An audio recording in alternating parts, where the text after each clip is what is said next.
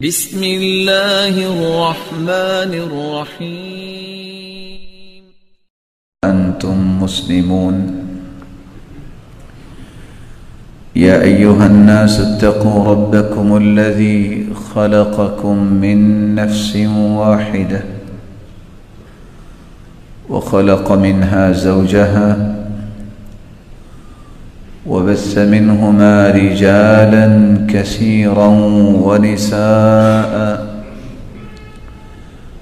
واتقوا الله الذي تساءلون به والأرحام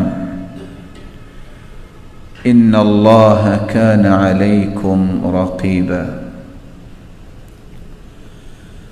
يا أيها الذين آمنوا اتقوا الله وقولوا قولا سديدا يصلح لكم أعمالكم ويغفر لكم ذنوبكم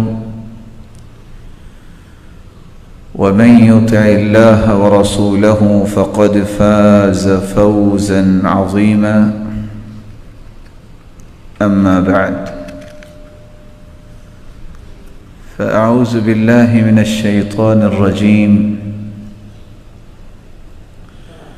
لقد من الله على المؤمنين إذ بعث فيهم رسولا من أنفسهم يتلو عليهم آياته ويزكيهم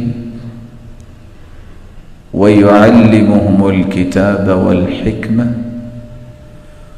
وإن كانوا من قبل لفي ضلال مبين. لائق ست کریم سامعین مکرم، اللہ عز و جلال کے بیش بہا احسانات اپنے بندوں پر ہیں. ان احسانات میں سے جو سر فہرست احسان ہے کہ اللہ عز و جلال نے اس امت کو بطور ہادی و مرشد محمد الرسول اللہ صلی اللہ علیہ وآلہ وسلم جو قائد المرسلین سید البشر والرسل ہیں وہ عطا کی. رسول اللہ صلی اللہ علیہ وآلہ وسلم کی ذات اقدس مخلوق میں سے یہ وہ ذات اقدس ہے کہ جس جیسی ذات اللہ عز و جلال نے آدم سے لے کے آج تک اور قیامت تک بھی پیدا نہیں ہو سکے گی. ویسی ذات بابرکت ہے کہ اگر اس کے نام کے بارے میں احادیث کو پڑھا جائے تو مخلوق میں سے جو اللہ کے رسول صلی اللہ علیہ وسلم کے نام ہے اس جیسے نام بھی کسی کے نہیں. نسب نامہ دیکھا جائے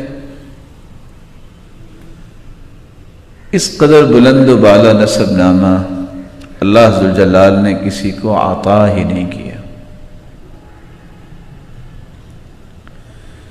خاندان کو دیکھا جائے تو اللہ کے رسول خود فرماتے ہیں ان اللہ اصطفى کنانۃ من ولد اسماعیل.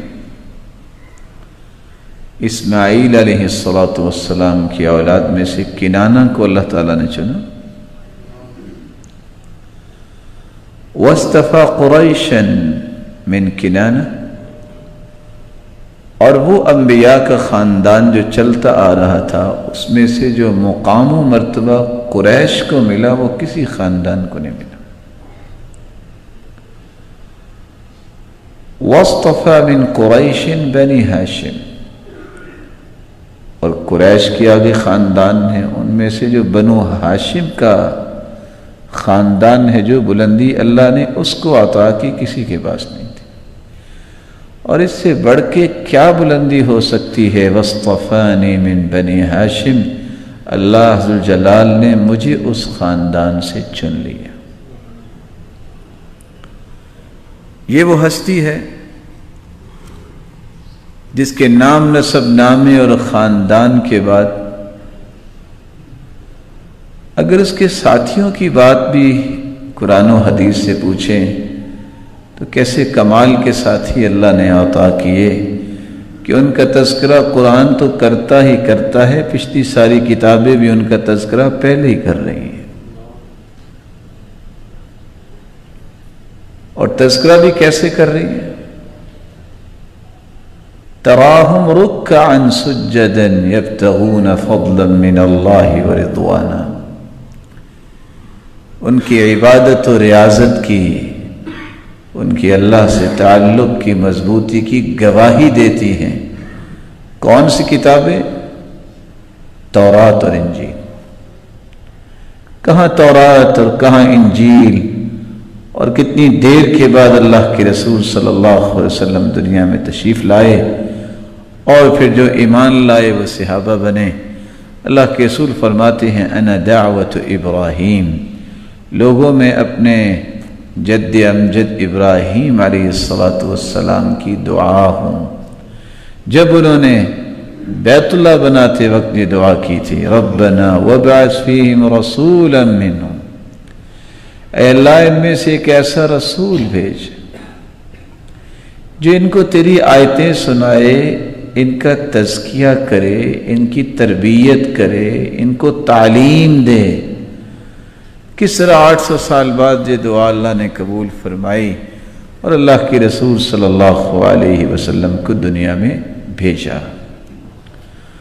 وَكَانَ آخَرُ مَنْ بَشَّرَ بِعِيسَى ابْنُ مریم، لوگوں انبیاء میں سب سے آخر میں عیسیٰ علیہ السلام نے بھی اپنے حواریوں کو میری بشارت سنائی، خوشخبری سنائی۔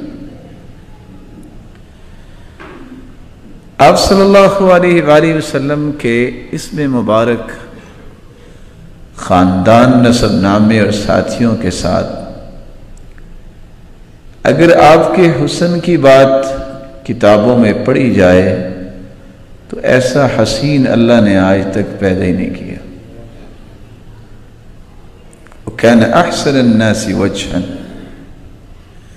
اس جیسا چہرہ اللہ نے نہیں بنایا۔ وہ ابو رمسا، اس کا بیٹا بہت ہی اپنے آپ کو سمجھتا تھا، اس کی آنکھ میں کوئی جچتا ہی نہیں تھا، جس کو دیکھتا کہتا نہیں۔ ابو رمسا اپنے بیٹے کو لے کے نکلا کہ آؤ میں تمہیں ایک ایسی ہستی دکھاتا ہوں، فیصلہ پھر کرنا۔ ابو رمسا اپنے بیٹے کو جب لے کے آئے تو اللہ کے رسول کے رخ انور پہ جب نظر پڑی تو بے ساختہ بول اٹھا، واللہ ھذا رسول اللہ، اللہ کی قسم ایسا چہرہ نہ دیکھا ہے، یہ رسول کا چہرہ ہی ہو سکتا ہے۔ اور عبداللہ بن سلام نے بھی یہی کہا تھا، ان ھذا الوجہ لیس بوجہ کذاب، یہ مبارک چہرہ جھوٹا نہیں ہو سکتا۔ اور کیسی رعنائی اللہ تعالیٰ نے اس مبارک چہرے میں رکھی تھی کہ ثوبان رضی اللہ تعالیٰ عنہ کس طرح گھر سے دوڑتے اور آ کر مسکرانے لگ جاتے ہیں، پھر رونے لگ جاتے ہیں۔ پوچھا ثوبان خیر ہے؟ کہ اللہ کے رسول جب بھی مجھے کوئی غم آتا ہے، پریشانی آتی ہے، کوئی دکھ آتا ہے، دوڑ لگاتا ہوں، جو ہی میری آنکھوں کے سامنے آپ کا چہرہ آتا ہے دنیا کے سارے غم بھول جاتا ہوں، اس لیے مسکرا رہا ہوں۔ اچھا تو روئے کیوں ہو؟ کہا یہ یاد کر کے رویا ہوں کہ اگر میں جنت میں چلا بھی گیا، رفعت مع النبیین، آپ کا تو درجہ ہی بہت بلند ہوگا، تو میں آپ کو دیکھوں گا کیسے، میں آپ کا دیدار کیسے کروں؟ تو آپ صلی اللہ علیہ وسلم نے سوال کیا، یہ بتاؤ مجھ سے محبت ہے آپ کو؟ کہا محبت کی تو بات کر رہا ہوں۔ فرمایا پھر خوش ہو جاؤ، انت مع من احببت، دنیا میں تم جس سے محبت کرتے ہو قیامت کے دن اسی کا ساتھ نصیب ہو جائے۔ آپ صلی اللہ علیہ وآلہ وسلم کے زندگی کے کسی گوشے پہ بھی اگر بحث شروع کر دی جائے، وقت تو گزر جاتا ہے لیکن بحث ختم نہیں ہوتی۔ یعنی اس سے بڑی بات کیا ہو سکتی ہے کہ صحابی کہتے ہیں ما شممت عنبرا ولا مسکا، آج بازار میں نکلیں تو 150 قسم کی خوشبوئیں آپ کے سامنے آئیں گی، ان تمام خوشبوؤں کے سردار عنبر اور کستوری ہے۔ صحابی کہتے ہیں کہ میں نے آج تک نہ وہ خوشبو عنبر میں محسوس کی ہے نہ کستوری میں محسوس کی ہے جو خوشبو آپ صلی اللہ علیہ وآلہ وسلم کے جسد اطہر سے نکلنے والے پسینے سے آتی تھی۔ یہی وجہ ہے صحیح مسلم کی روایت ہے، جب وہ قیلولہ کر رہے تھے، ظہر سے پہلے لیٹے ہوئے تھے، آرام فرما رہے تھے، تو آئی صحابیہ جو محرم تھی تو انہوں نے وقد عرق، آپ کو پسینہ آیا ہوا تھا تو وہ بوتل میں پسینہ ڈال رہی تھی۔ آپ بیدار ہوئے، آپ نے فرمایا آپ کیا کر رہے ہو؟ تو جواب دیا کہ میں یہ پسینہ بوتل میں ڈال رہی ہوں، پھر میں یہ خوشبو میں ڈالوں گی، فَهُوَ مِنْ أَطْيَبِ الطِّيبِ، دنیا کی کوئی خوشبو اس کا مقابلہ نہیں کر سکے۔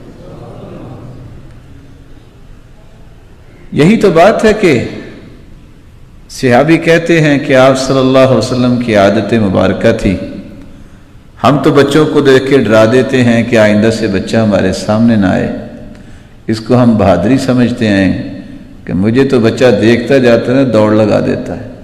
آپ جب بھی کسی بچے کو دیکھتے سلام کہتے، دعا دیتے، سر پہ پیار دیتے، برکت کی دعائیں کرتے، یا آپ صلی اللہ علیہ وسلم کندھے کو تھپ تھپاتے یا آپ گالوں کو تھپ تھپاتے۔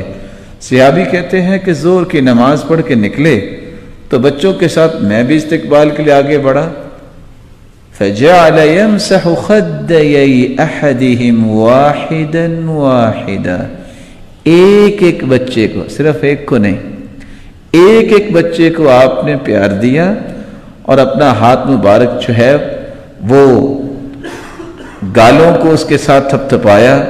صحابی کہتے ہیں اس دن سے لے کے جس دن سے آپ کا مبارک ہاتھ میرے چہرے پہ لگا ہے آج تک اس کی خوشبو نہیں گئی۔ وَكَأَنَّمَا أُخْرَجَ مِن جُؤْنَةِ عَطَّارٍ، یوں محسوس ہوا کہ خوشبو کے مرتبان سے نکال کے وہ ہاتھ اللہ کے پیارے پیغمبر نے میرے چہرے پہ لگا دی۔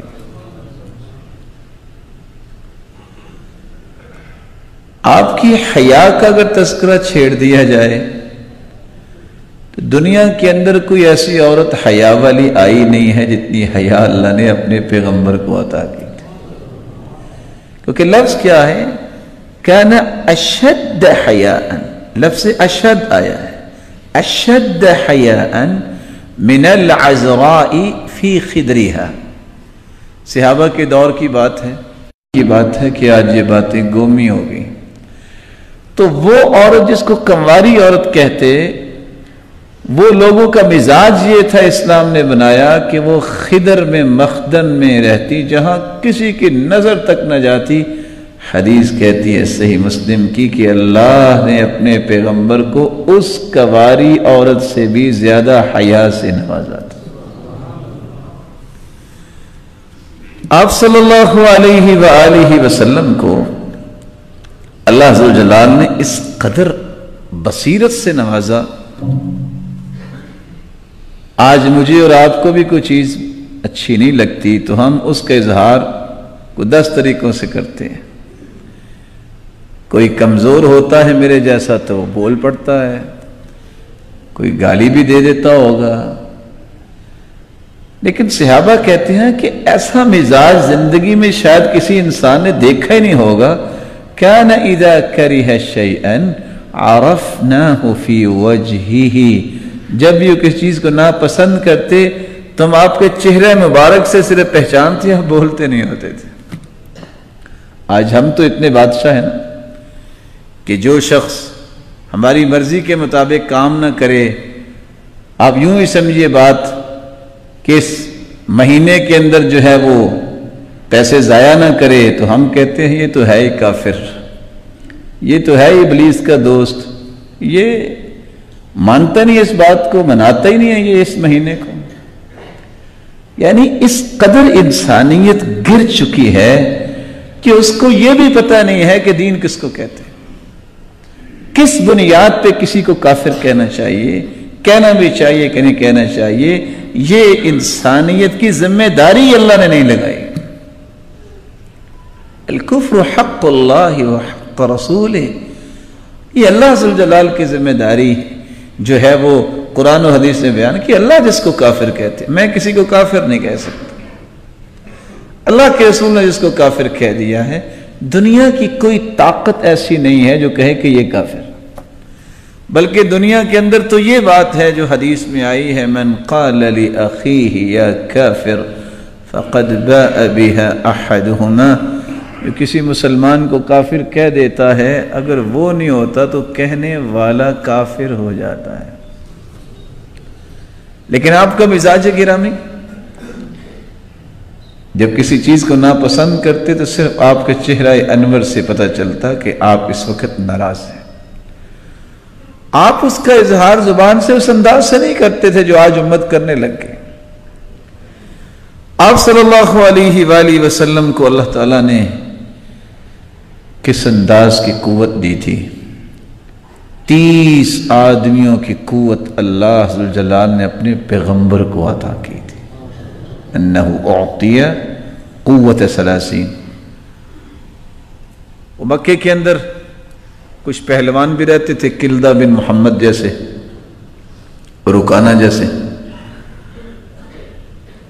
تو ایک دن اس کو شوق آیا کہ اللہ کے پیارے پیغمبر آ رہے تھے اکیلے، تو اس نے سوچا کہ آج یہ فیصلہ ہو ہی جانا چاہیے.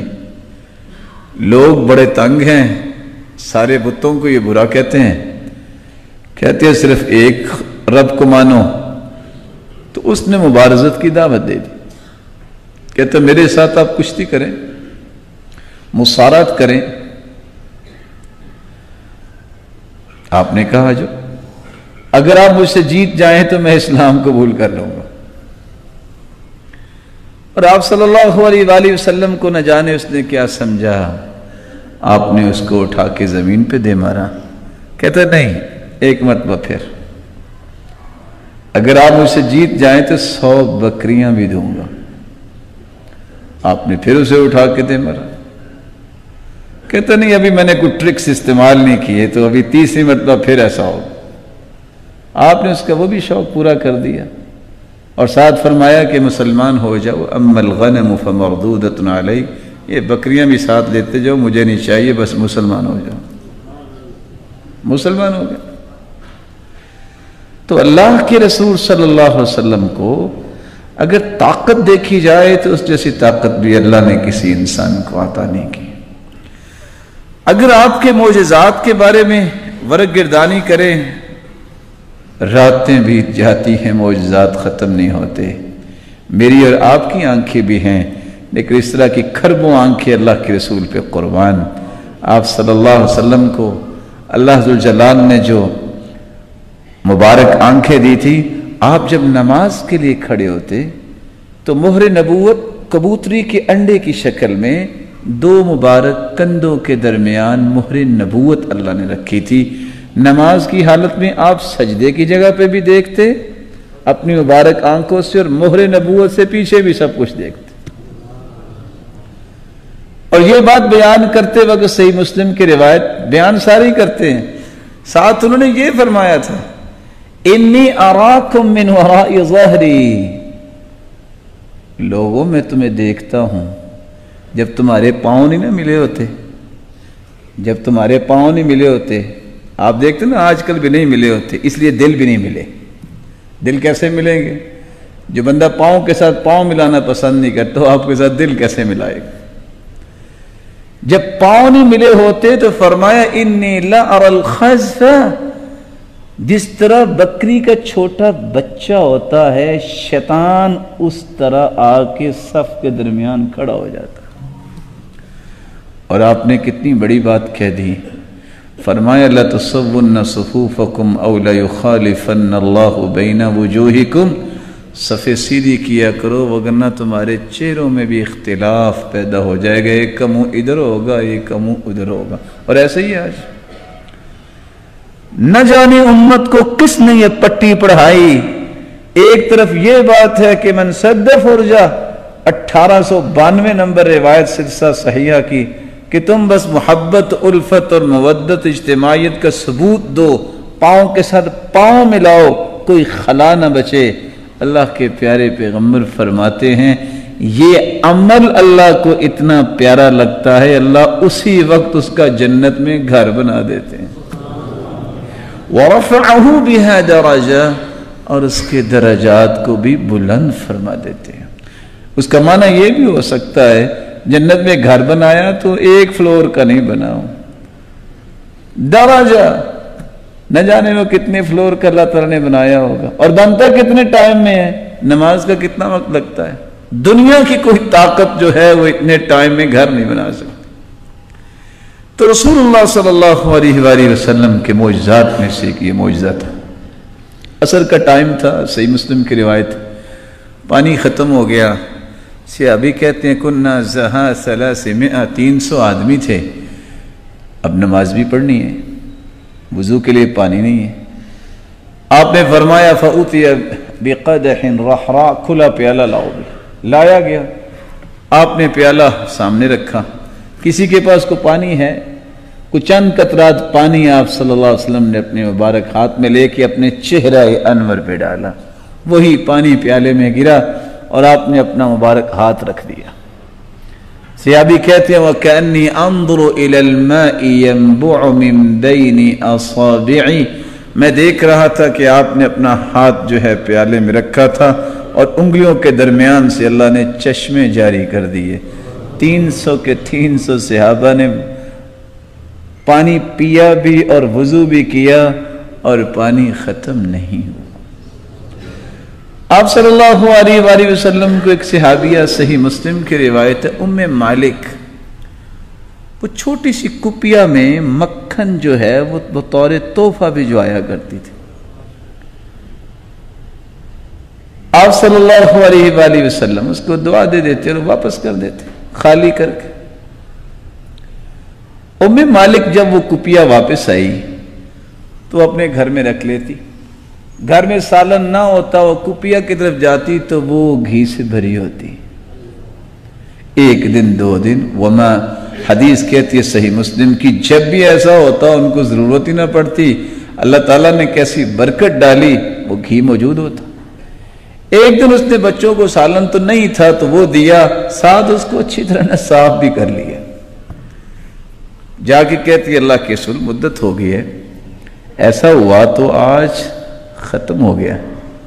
تو آپ نے صرف سوال کیا اعصرتی ہے، کہ اس کو آپ نے نچوڑ تو نہیں لیا؟ کہا جی ہاں۔ تو آپ نے فرمایا اگر تم چھوڑ دیتی تو یہ تیری رہتی زندگی تک یہ باقی رہتا۔ میرے ہاتھ بھی ہیں کمزور سے، آپ کے ہاتھ بھی ہیں۔ اللہ کے رسول کے پاس ایک شخص آیا، صحیح مسلم کی روایت ہے، مجھے کچھ چاہیے۔ آپ نے شطر وسق شعیر، آدھا ٹوپا جو ہے آپ نے جو کا دے دیا۔ کتنی روٹیاں پکیں گی؟ ایسے کمال ہے، اللہ آپ کو برکت دے کہ آپ ایک مٹھ سے 4 روٹیاں پکا لیتے۔ آج جی چاہتا ہے کہ سب کو لے کے آپ کے پاس ہم کھانے پہ آئیں، کیونکہ برکت ہے نا تھوڑی چیز میں۔ صحابی کو دے دیا، وہ خود بھی کھاتے رہے، بیوی بھی کھاتی رہی، مہمان بھی بھگتتے رہے، ختم ہی نہیں ہوتا۔ تو ایک دن تول کے دیکھتے ہیں کہ ہے کتنا، ذرا چیک کروں، ختم ہو گیا۔ آپ صلی اللہ علیہ وسلم کے پاس آئے، کہتے ختم ہو گیا ہے۔ فرمایا تم نے اس کا وزن تو نہیں کیا؟ جی ایسا ہی کر بیٹھو۔ فرمایا لو لم تکلہ لقام لکم، اگر تم اس کا وزن نہ کرتے تو یہ کبھی ختم نہ ہوتا۔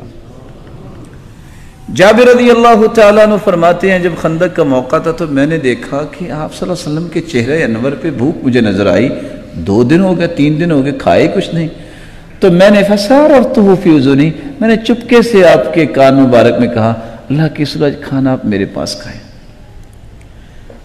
آپ تو صحابہ کے ساتھ تھے، تو آپ صلی اللہ علیہ وسلم نے جو ہی سنا، انہوں نے اس لیے کہا تھا کہ گھر میں جو ہے میں ہوں اور میری بیوی ہے، آپ صلی اللہ علیہ وسلم ہوں گے برکت آئے گی، اتنا کوئی آٹا ہے؟ تو آپ صلی اللہ علیہ وسلم نے بلند آواز سے کہا ایھا الناس ان جابرا قد صنع لكم سؤرا فهيا لن۔ اب 1000 کے قریب لوگ تھے، فرمایا آ جاؤ تمہارے بھائی جابر نے آج دعوت کی ہے، آج کھانا وہاں کھانا ہے۔ جابر رضی اللہ تعالیٰ عنہ گھر پہنچے اور جا کے بیوی کو خبر دی، تو آپ نے جاتے ہی کہا کہ اچھا ایسا کرو نادی الخبازہ، ایک روٹیاں پکانے والی اور بھی بلا لو۔ تو مسکرا کے کہتی ہے اللہ کے رسول اتنے کو تو آٹا ہے تو میں خود بھی پکا سکتی ہوں۔ آپ نے فرمایا بس آٹے پہ کپڑا ڈالو اور نادی الخبازہ ایک اور پکانے والے بھی منگواؤ۔ اب آپ کا حکم تھا، منگوا لی۔ روٹیاں پکائی جا رہے ہیں اور صحابہ کھائی جا رہے ہیں، 1000 کے 1000 لوگوں نے کھانا کھا لیا لیکن آٹا ختم نہیں ہوا۔ آپ صلی اللہ علیہ وآلہ وسلم نے صحابہ سے کہا انکم، تم بہت جلد ہی تبوک کے ایک چشمے پہ پہنچو گے، صحیح مسلم کی روایت ہے، لیکن سنو اس کا پانی استعمال نہ کرنا جب تک میں نہ آ جاؤں۔ آپ صلی اللہ علیہ وسلم کی آمد کا انتظار ہوا، جب آپ پہنچے تو مثل الشراک تبض، اتنا تسمہ ہوتا نا جوتی کا، اتنا چھوٹا سا چشمہ تھا۔ آپ صلی اللہ علیہ وسلم نے پانی لیا اور اپنے منہ مبارک پہ ڈالا اور آپ نے پانی اس میں گرا دیا۔ 7 صحابی کو کہا ہو سکتا ہے اللہ تیری زندگی لمبی کرے، یہ چشمہ اپنے ارد گرد کے تمام باغوں کو سیراب کرے گا، اور مدت ہوگی ہائے کتنے سو سال ہو گئے وہ چشمہ سیراب ہی کر رہا ہے۔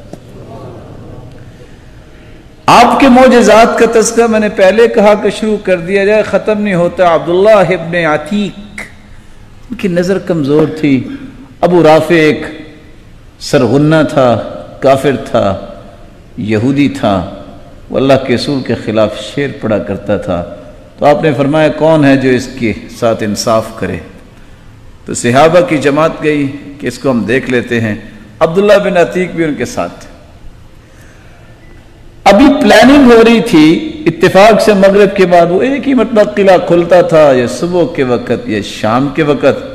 تو جب شام کو دروازہ کھلا، ان کا کوئی گدھا باہر رہ گیا، تو عبداللہ بن عتیق ان کے ساتھ ہی اندر داخل ہو گئے۔ نظر ان کی کمزور تھی، انہوں نے اندر سے دروازہ بند کیا۔ مربت کا جہاں وہ گدے باندھتے ہیں تو وہ ایک جگہ پہ چابی چھپا دی۔ عبداللہ بن عتیق دیکھ رہے تھے، جب لوگ عشاء کے بعد سو گئے انہوں نے وہاں سے چابی لی، پہلے تو دروازہ کھول کے چیک کیا۔ پھر ابو رافع جو رات دیر تک محفل جمائے بیٹھا ہوتا تھا، انتظار کیا کہ کب لوگ چلے جائیں۔ جب چلے گئے تو جا کے آواز دی یا ابا رافع، وہ چودھری تھا، اس نے جواب دیا کون ہے؟ تو جہاں آواز آئی آگے بڑھ کے تلوار کا وار کیا۔ پھر جب پتا چلا کہ تلوار لگ گئی ہے اور وہ خون میں لت پت ہے، پیچھے ہٹ کے دوبارہ پھر کہا وَكَأَنَّهُ يَسْتَغِيثُ، کیا ہوا ابو رافع کو؟ کیا ہوا؟ وہ کہہ رہا ہے کہ مجھے کسی نے مار دیا ہے۔ دوبارہ پھر وار کیا۔ تیسری مرتبہ پھر تلوار اس کی کمر پہ رکھی، جب تک ہڈی توڑ نہیں دی، کاٹ نہیں دی، اس وقت تک چین نہیں آیا۔ واپس آئے تو جلدی میں جب اترے تو ان کی ٹانگ ٹوٹ گئی، نظر کمزور تھی۔ اس وقت تو جلدی جلدی نکل آئے، اپنے گدھے پہ بیٹھے۔ جب اللہ کے رسول کے پاس پہنچے تو آپ صلی اللہ علیہ وسلم کو خوشخبری دی۔ آپ صلی اللہ علیہ وسلم کے صحابہ نے کہا آپ صلی اللہ علیہ وسلم نے فرمایا اس کو اتارو. کہا اللہ کے رسول اب تو سکت نہیں ہے حرکت کرنے کی.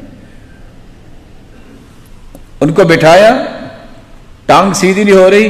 آپ صلی اللہ علیہ وسلم نے صرف اتنا کہا بسم اللہ اور اپنا مبارک ہاتھ پھیرا. صحابی کہتی ہیں جو ٹانگ حرکت نہیں کرتی تھی, ٹوٹ چکی تھی, اس کلمے کے بعد آپ نے جب ہاتھ پھیرا تو آج تک مجھے اندازہ ہی نہیں ہو سکا کہ میری ٹانگ ٹوٹی کون سی تھی. اور آپ کھڑے ہو گئے. صحابی کی آنکھ میں تیر لگا ہے اور آنکھ کا ڈیلا باہر آ گیا ہے. آنکھ پہ ہاتھ رکھے اللہ کے رسول کے پاس دوڑ کے آئے, اللہ کے رسول یہ ہو گیا ہے. اور آپ سوچ سکتے ہیں کتنی تکلیف ہوگی. اللہ اکبر. آپ نے اپنا لعاب مبارک نکالا اور بسم اللہ, اپنے ہاتھ سے بسم اللہ پڑھ کے لگایا اپنا لعاب دہن اور آنکھ کو اس کی جگہ پہ سیٹ کر دیا. صحابی کہتے ہیں آج تک نہیں میں پہچان سکا کہ اس کو تیر لگا تھا کہ اس کو لگا تھا, پہچان ہی نہیں ہوتی. رسول اللہ صلی اللہ علیہ وآلہ وسلم کو اللہ عز و جلال نے بہت عظمتوں سے نوازا تھا. آپ کے معجزات رسول اللہ صلی اللہ علیہ وآلہ وسلم کا اس سے بڑا انعام کیا ہے. ساری امتیں اعمال کر کے اللہ کو راضی کر کے جنت جائیں گی جنہوں نے صحیح عمل کیا ہوگا. لیکن میرے رب نے اپنے پیغمبر کے ساتھ وعدہ کیا. اللہ کے رسول فرماتے ہیں وعدنی ربی, میرے رب نے میرے ساتھ وعدہ کیا کہ وہ 70,000 میری امت میں سے لوگوں کو بغیر حساب کے جنت میں داخل کریں. اور دوسری روایت میں آتا ہے مع کل واحد 70,000, ان 70,000 میں سے ہر ایک کے ساتھ مزید 70,000. اب اگر 70,000 کو 70,000 سے ملٹیپلائی کیا جائے تو جواب کیا آئے گا؟ 4,90,00,000,000 لوگ یہ جنت میں جائیں گے لیکن ان کا کوئی حساب نہیں ہوگا. اور حساب بھی نہیں ہوگا. اگلی شان کیا ہے؟ آخذن بعضهم بعضا, ایک دوسرے کے ہاتھ پکڑے ہوں گے. وجوہہم کالقمر لیلۃ البدر, 14ویں رات کے چاند کی طرح ان کے چہرے چمک رہے ہوں گے اور ایک ہی دروازے سے اکٹھے جنت میں داخل ہوں. اگر اتنے لوگ ایک دروازے سے داخل ہوں تو دروازہ کتنا بڑا ہوگا, کو اندازہ ہے؟ اللہ اکبر. رسول اللہ صلی اللہ علیہ وآلہ وسلم نے اس لیے فرمایا کہ میں دنیا میں ہی صرف سردار نہیں ہوں, قیامت کا دن ہوگا بیدی لواء الحمد, اللہ کی تعریف کا جھنڈا میرے ہاتھ میں اللہ تھما دیں گے. آدم فمن سواہ تحت لوائی, آدم سے لے کے قیامت تک آنے والی انسانیت میرے جھنڈے تلے ہوگی. اور اس وقت تک کسی کا حساب و کتاب شروع نہیں ہوگا جب تک اللہ کے رسول صلی اللہ علیہ وسلم اللہ کے عرش کے نیچے سجدہ ریز نہیں ہوں گے.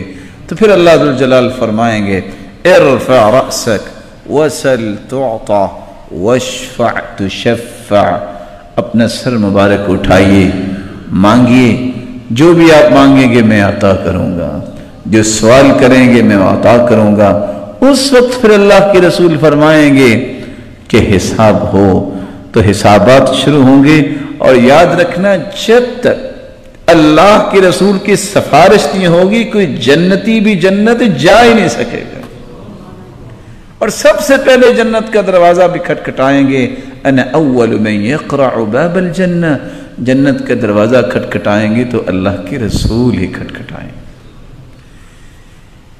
یہ ذات مبارکہ جس کی آپ نے بڑی مختصر سی تعریف سنی, حق تو یہ ہے کہ یہ تعریف جاری رہے.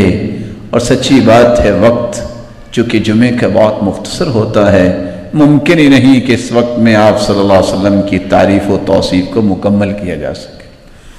بینگ اے مسلم, اس ہستی سے سچی محبت کرنے والے کے اوپر اس ہستی کے حقوق کون سے ہیں وہ پہچاننے بہت ضروری ہیں. آج اسی محبت کا نام لے کے نہ جانے کون کون سے غلط راستے امت نے اختیار کر لیے. وہ راستے محبت کے جس کو قرآن و حدیث نے بیان کیا ہے ہم تو وہ راستے پیش کریں گے۔ قرآن نے پہلا راستہ بیان کیا ہے کہ اگر آپ کو سچی محبت ہے تو پتہ کیسے چلے گا کہ آپ کی سچی محبت ہے؟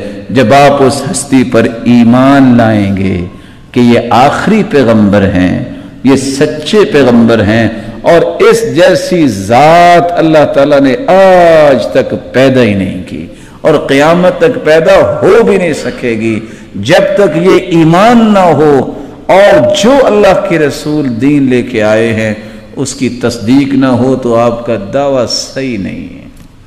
اسی بات کو اللہ ذوالجلال نے قرآن مجید میں بیان کیا ہے، فآمنوا باللہ ورسولہ والنور الذی انزلنا واللہ بما تعملون خبیر۔ ایمان لاؤ اللہ پر اور اس کے رسول پر اور اس نور قرآن پر جو ہم نے نازل کیا، اتارا۔ جب تک تم ایمان نہیں لاتے، تصدیق نہیں کرتے اور یقین نہیں کر لیتے یہ آخری پیغمبر ہے، اس کے بعد کوئی پیغمبر نہیں آئے گا اور یہ سب سے اعلیٰ پیغمبر ہیں، جب تک یہ عقیدہ نہیں بنتا اس وقت آپ کی محبت کا دعویٰ کسی کام کا نہیں ہے۔ یہ دھوکہ ہوگا جو اپنے آپ کو دے رہے ہو، یہ فراڈ ہوگا جو آپ کرنا چاہ رہے ہو، لیکن یہ فراڈ اور دھوکہ اپنی جان سے ہی کرو گے، کسی کو کوئی نقصان نہیں ہوگا۔ محبت اس وقت تک ثابت نہیں ہوگی آپ کی جب تک آپ کا ایمان اور آپ ان کے دین کی تصدیق نہیں کرتے۔ میں نے محبت کا لفظ کیوں بولا ہے؟ میں نے عشق کا لفظ کیوں نہیں بول دیا؟ کیونکہ عشق کا لفظ بولنا جو ہے وہ بھی شرعاً جائز نہیں ہے۔ بھلا کیسے؟ اس بات کو بھی سمجھیے، میں چونکہ ایک دیہاتی آدمی ہوں تو شہری آدمی امید ہے کہ کچھ سمجھنے کی کوشش کریں گے، کچھ دیہاتی بھی بیٹھے ہوں گے۔ قرآن مجید کی کتنی صورتیں ہیں؟ 114۔ 114 صورتیں جو ہیں ایک ایک لفظ کر کے پڑھیے۔ میرے رب نے ایک مرتبہ بھی یہ لفظ قرآن میں استعمال نہیں کیا۔ حجۃ الوداع کے موقع پر 1,44,000 صحابہ تھے۔ کتنے؟ اس قدر محبت کرنے والے صحابہ، لیکن 1,44,000 صحابہ میں سے کسی ایک صحابی نے اپنی محبت کے لیے عشق کا لفظ اللہ کے رسول کا استعمال نہیں کیا۔ دنیا میں کتابیں چھپی ہیں، نہیں تو آپ میرے پاس تشریف لے آئیں، میں بھی دکھا دیتا ہوں۔ بخاری شریف سے لے کے جملہ کتب حدیث اٹھا لیں، آپ کو دنیا کی کسی کتاب میں صحیح حدیث میں لفظ عشق نظر نہیں آئے گا۔ جب یہ لفظ اللہ نے قرآن میں نہیں نازل کیا، کسی حدیث میں نہیں آیا، کسی صحابی نے استعمال نہیں کیا، اصل محبت تو انہوں نے کی نا جنہوں نے اپنی جانیں نشاور کر دیں۔ اور یہ لفظ استعمال کرنے والے جو ہیں کبھی بھی استعمال اپنے معزز رشتوں کے لیے کوئی کرنے کے لیے آج بھی تیار نہیں ہے۔ دنیا میں کوئی شخص آپ کو نظر نہیں آئے گا جو کہے کہ مجھے میری والدہ گرامی سے عشق ہے، کہے گا کوئی؟ مجھے میری بیٹی اور بہن سے عشق ہے، کوئی ایسا کہے گا؟ اس لفظ کو پھر اس ذات کے لیے استعمال کرنا جس جیسی دنیا میں کوئی ہے ہی نہیں ہے، کتنا بڑا یہ جو ہے زیادتی کا پہلو ہے، ظلم ہے اور جرم ہے کہ وہ لفظ جو مسلمان کسی پاکیزہ رشتے کے لیے استعمال نہیں کرنا چاہتا، جو لفظ اللہ نے قرآن میں اتارا نہیں ہے اور 1,44,000 صحابہ نے استعمال نہیں کیا، کسی صحیح حدیث کے اندر موجود نہیں ہے، وہ ایک مسلمان لفظ بولتے وقت شرماتا کیوں نہیں ہے؟ اس کو کیوں نہیں تکلیف ہوتی کہ میں کیا کر رہا ہوں؟ اس لیے تو عبداللہ بن عباس رضی اللہ تعالیٰ عنہ جب وہ میدان عرفات میں تھے تو دیکھا کہ ایک شخص چوزا بنا ہوا ہے، پوچھا اس کو کیا بھی؟ کالفرخ المنتوق، کہتے ہیں عاشق امرأہ، اس کو ایک عورت سے عشق ہو گیا۔ تو اسی وقت وہ دعا کرنے لگے، یا اللہ زندگی میں اللہم انی اعوذ بک من العشق، اللہ زندگی میں عشق سے بچائی رکھنا۔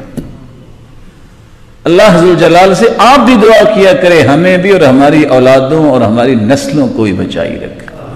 تو میں پھر اپنی بات کو واپس لاتا ہوں، محبت کا سچا دعوے دار کون ہے؟ جو ایمان لاتا ہے، جو یقین کرتا ہے کہ اس جیسی ہستی دنیا میں نہیں آئی، نہ قیامت تک آ سکے گی، وہ آخری پیغمبر ہیں، اللہ نے مخلوق میں ان کو بے مثال پیدا کیا ہے۔ دوسرا اصول جس سے آپ کی محبت پہچانی جائے گی، اگر آپ کی زبان میں اللہ کے رسول کا تذکرہ ہی نہیں آتا، آپ اس ہستی کو یاد ہی نہیں کرتے، تو آپ کی محبت کیسی ہے؟ آپ اپنی محبت میں سچے نہیں ہیں، اور جس کے ساتھ محبت ہوتی ہے اس کا نام بار بار زبان پہ آتا ہے۔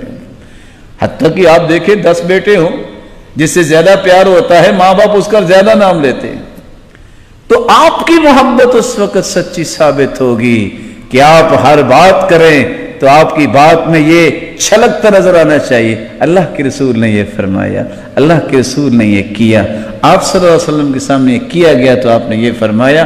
آپ کی زندگی کے لیل و نہار، صبح اور شامیں جو ہیں وہ گزرتی ہیں تو اس نام کے بغیر نہیں گزرنی چاہیے، جس طرح اللہ کے ذکر کے بغیر نہیں گزرنی چاہیے، کہ آپ اٹھتے بیٹھتے یہ لوگوں کو بتاتے نظر آئیں، سنتے نظر آئیں کہ اللہ کے رسول نے ایسے کیا۔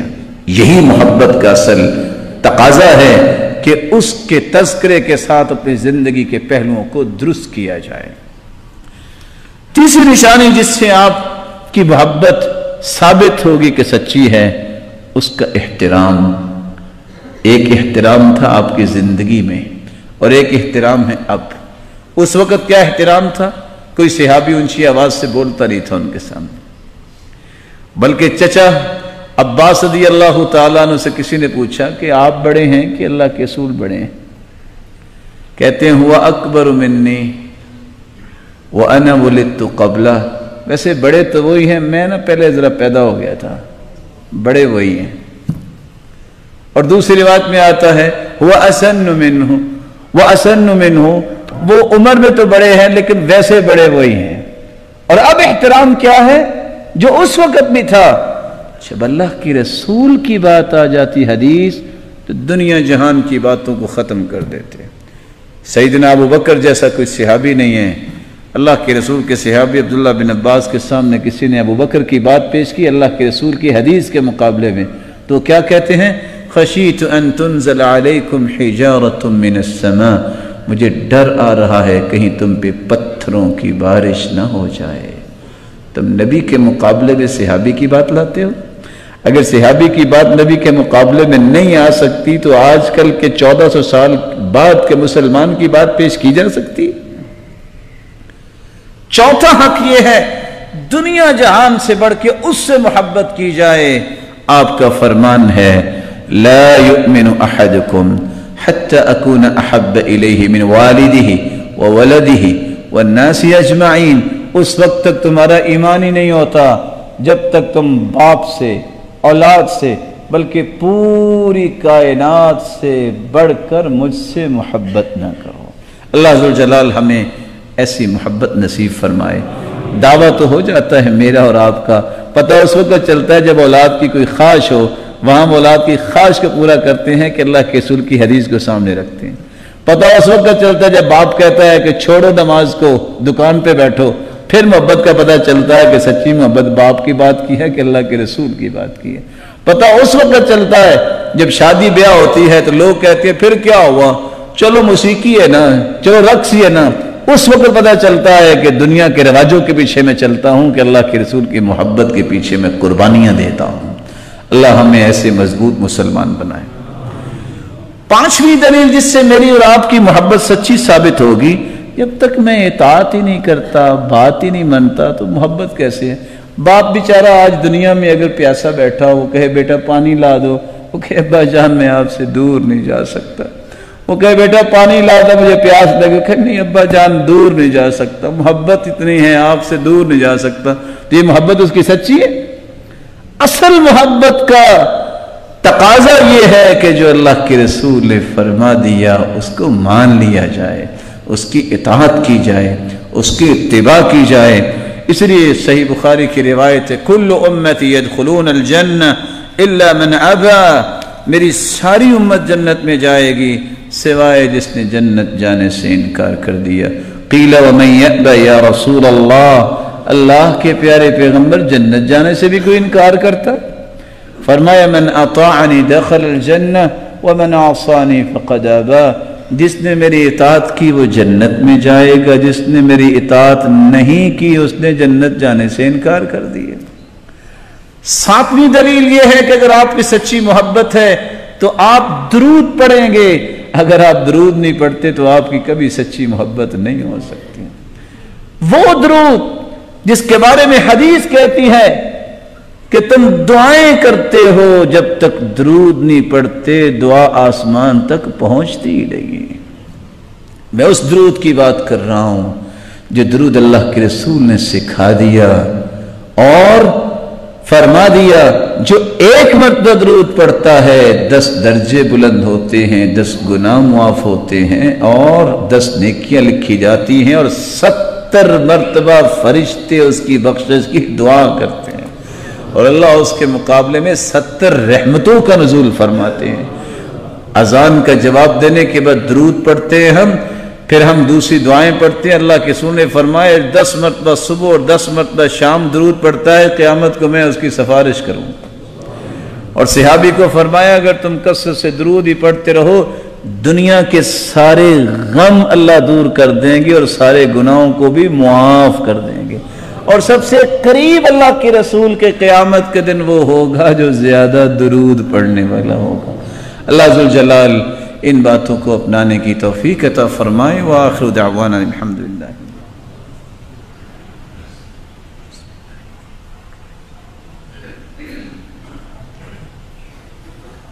الحمد للہ علی احسانہ والشکر له علی توفیقہ وامتنانہ، اما بعد فاعوذ باللہ من الشیطان فإنہ عدو للانسان۔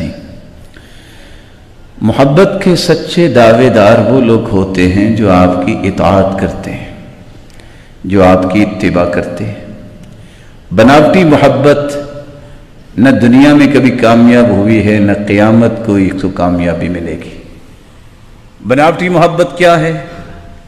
وہ بات کرنا جو اللہ کے رسول نے نہیں کی۔ آج اسی بناوٹی محبت کے تحت کچھ لوگ ہوتے نیک ہیں، ان کے ذہن بھی اچھا ہوتا ہے لیکن ان بیچاروں کو پتہ نہیں ہوتا۔ کروڑوں روپے مسلمان لگائیں گے کس بات پہ؟ اس بات پہ کہ اللہ کے رسول کے میلاد کو منانا ہے۔ کچھ لوگ گالیاں دیتے ہیں، کچھ لوگ لڑائی کرتے ہیں، فساد کرتے ہیں۔ نہ ہمیں لڑائی کرنی آتی ہے، نہ ہم فساد کو پسند کرتے ہیں، گالی کو ہم ویسے ہی ناجائز سمجھتے ہیں۔ ہم کہتے ہیں شیطان کو بھی گالی نہیں دینی چاہیے کیونکہ حدیث میں آیا نا لا تسبوا الشیطان۔ اس لیے ہم ان ساری باتوں کو چھوڑ کے اس مسئلے کو سمجھنا چاہیں گے کہ اللہ کے رسول نے ایسا کیا اور کیا حکم دیا۔ آپ صلی اللہ علیہ وآلہ وسلم چونکہ 9 ربیع الاول کو پیدا ہوئے، آپ صلی اللہ علیہ وآلہ وسلم جس سال میں پیدا ہوئے، آپ دنیا کی تاریخ اٹھائیے اور ریاضی دان جتنے گزرے ہیں ان کی عبارتیں پڑھے، آپ کو پتہ چلے گا کہ جس سال آپ صلی اللہ علیہ وسلم دنیا میں تشریف لائے تو پیر کا دن یا تو 2 تاریخ کو تھا، یا 9 تاریخ کو تھا، یا 16 تاریخ کو تھا، یا 23 تاریخ کو تھا۔ 12 تاریخ کو پیر کا دن آتا ہی نہیں ہے۔ اس لیے آپ صلی اللہ علیہ وآلہ وسلم 9 ربیع الاول کو پیدا ہوئے اور آپ 12 ربیع الاول کو اللہ ذوالجلال کے پاس چلے گئے۔ اب یہ آپ کی مرضی ہے، یہ سننے والوں کی مرضی ہے کہ وہ اس میں غصے میں آ کے کو 10 گالیاں مجھے بھی دے دیں گے، چلو نیکی لکھی جائے گی، لیکن میں چاہتا ہوں کہ وہ گالیاں نہ دے تاکہ ان کی برائی نہ لکھی جائے۔ میں اپنی نیکی کی خواہش میں ان کو برائی نہیں دلوانا چاہتا۔ یہ آپ کی مرضی ہے کہ آپ وفات پہ خوشی منا لیں یا آپ صلی اللہ علیہ وسلم کی بیٹی کی بات کو یاد کریں۔ صبت علی مصائب لو انہا صبت علی الایام سرن لیالیا۔ لوگوں ہم پہ اتنی مصیبتیں آئیں کہ اگر وہ مصیبتیں اور غم دنوں پہ آ جاتے تو دن راتیں بن جاتی۔ جب آپ صلی اللہ علیہ وسلم دنیا سے گئے تو حالت یہ تھی، فرمایا کہ اگر دنوں پہ یہ غم آ جاتے تو دن راتیں بن جاتی۔ اس بات کو سمجھنے کے لیے میں صرف 3 پہلو پیش کروں گا۔ سب سے پہلا پہلو، لمبی چوڑی بحث نہیں، لڑائی نہیں، کسی مسلمان بھائی سے ادب سے پوچھیے گا، بھائی یہ برتھ ڈے منانا، یہ عید میلاد منانا نیکی ہے کہ برائی ہے؟ وہ یہ تو نہیں کہے گا برائی ہے، کہے گا نیکی ہے۔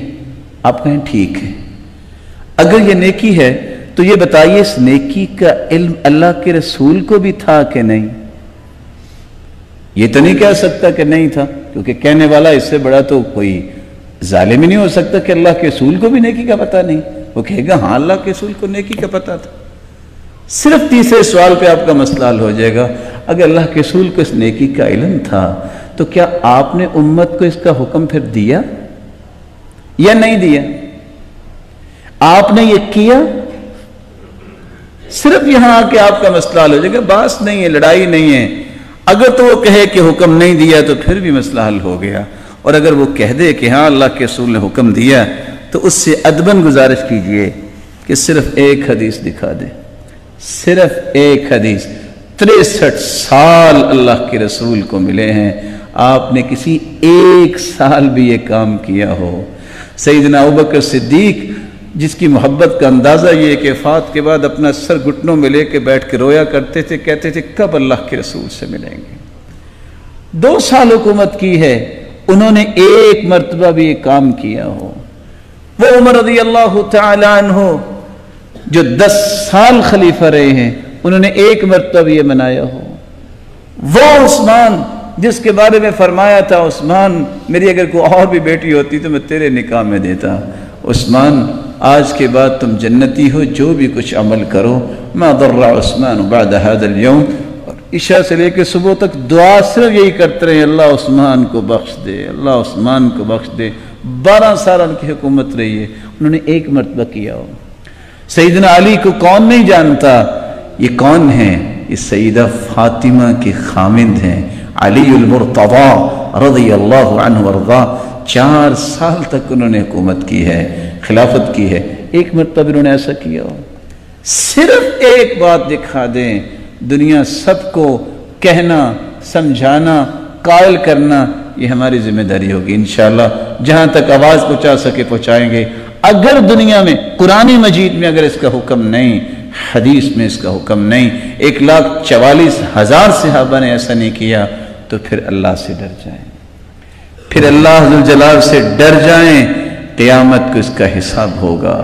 اللہ کے رسول نے جو دین دیا اس میں 2 ہی عیدیں ہیں، عیدان عند اولی النہی لا ثالث لہما لمن یبغی السلامة فی غدی الفطر والاضحى وكل زیادة فیہما خروج عن سبیل محمدی۔ دین اسلام میں صرف 2 عیدیں ہیں، جس کو عید الفطر، عید الاضحیٰ کہتے ہیں۔ جو تیسری عید کا اضافہ کرتا ہے اللہ کے رسول کے دین سے باہر نکلنے کی کوشش کرتا ہے۔ میں ایک اور طریقے سے بھی آپ کی خدمت میں بات پیش کر دیتا ہوں۔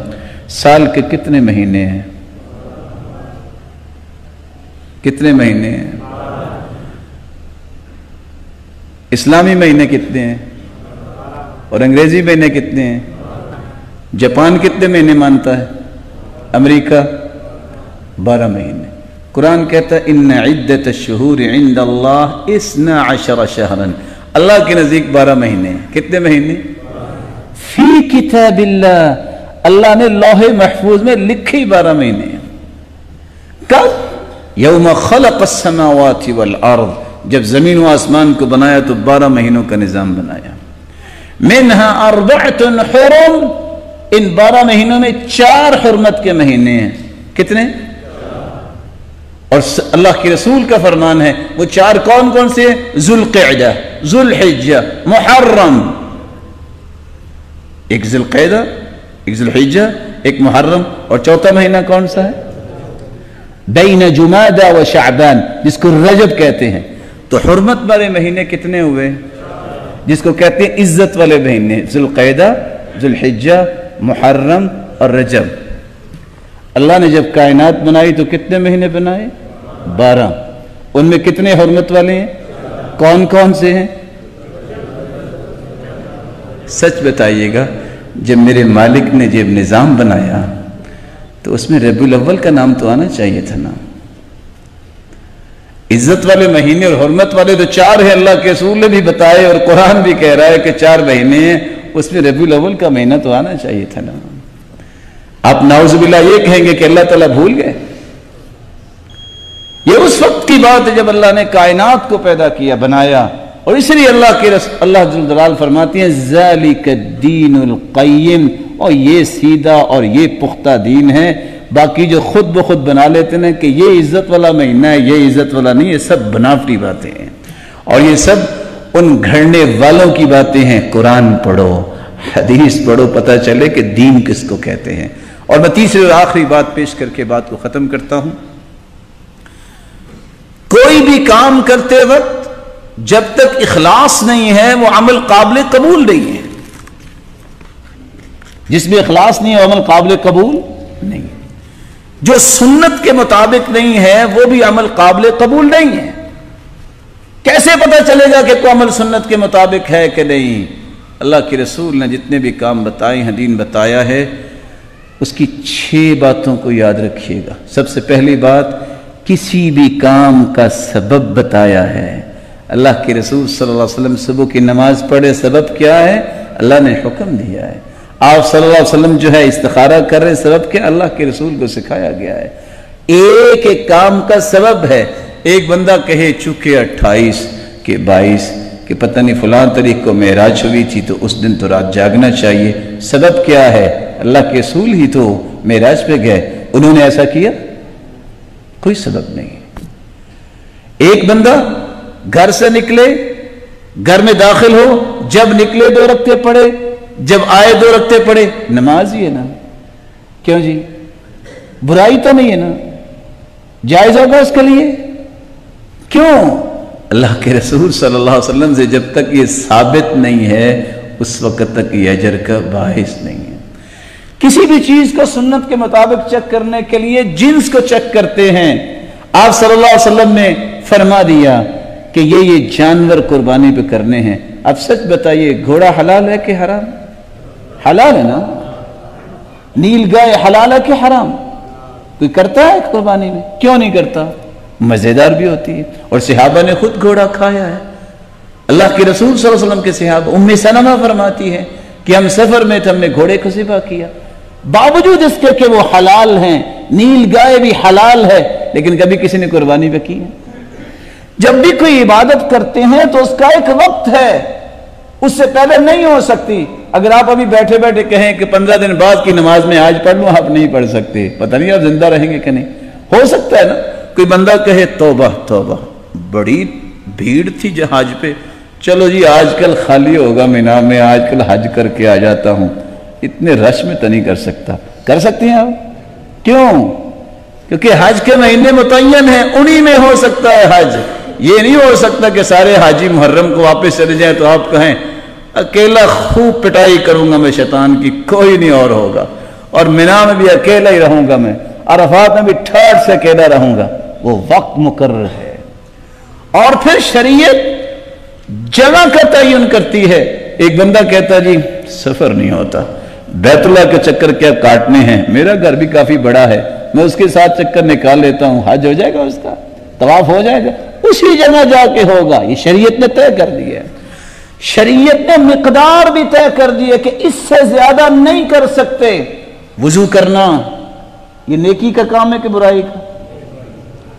حدیث میں آتا ہے 1 مرتبہ 2 مرتبہ 3 مرتبہ ہاتھوں کو پاؤں کو اپنے اعضاء کو دھویا جائے۔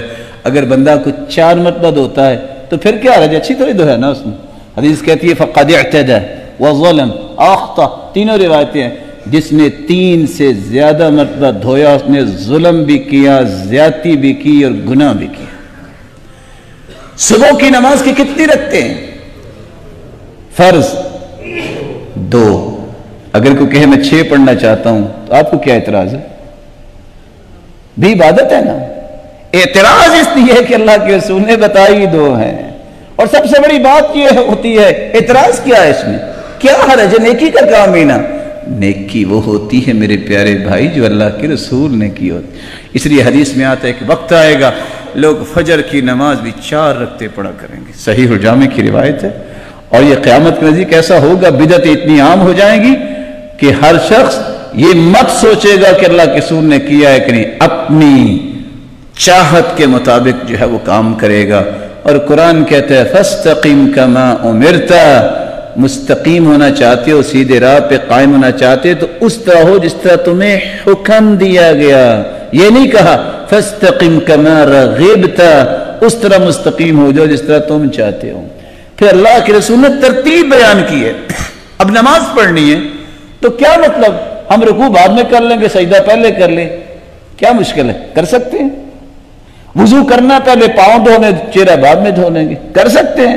یہ ترتیب ہے، اس ترتیب سے ہی ہمیں کام کرنے ہوں گے۔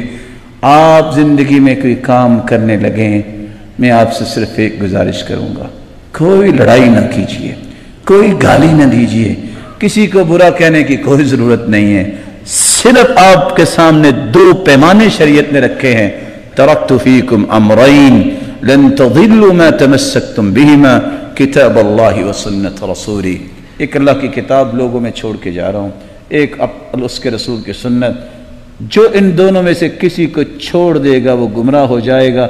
کوئی دنیا کا مسئلہ قرآن اور حدیث میں موجود ہے، اس کو سینے سے لگانا، اور اگر اس میں قرآن و حدیث کا ثبوت نہیں ہے، یاد رکھنا یہ مسئلہ ہی آپ کو قیامت کو اریسٹ کروائے گا اور آپ پریشان ہوں گے۔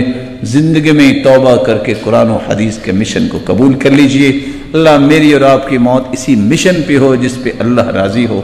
وآخر دعوانا الحمدللہ۔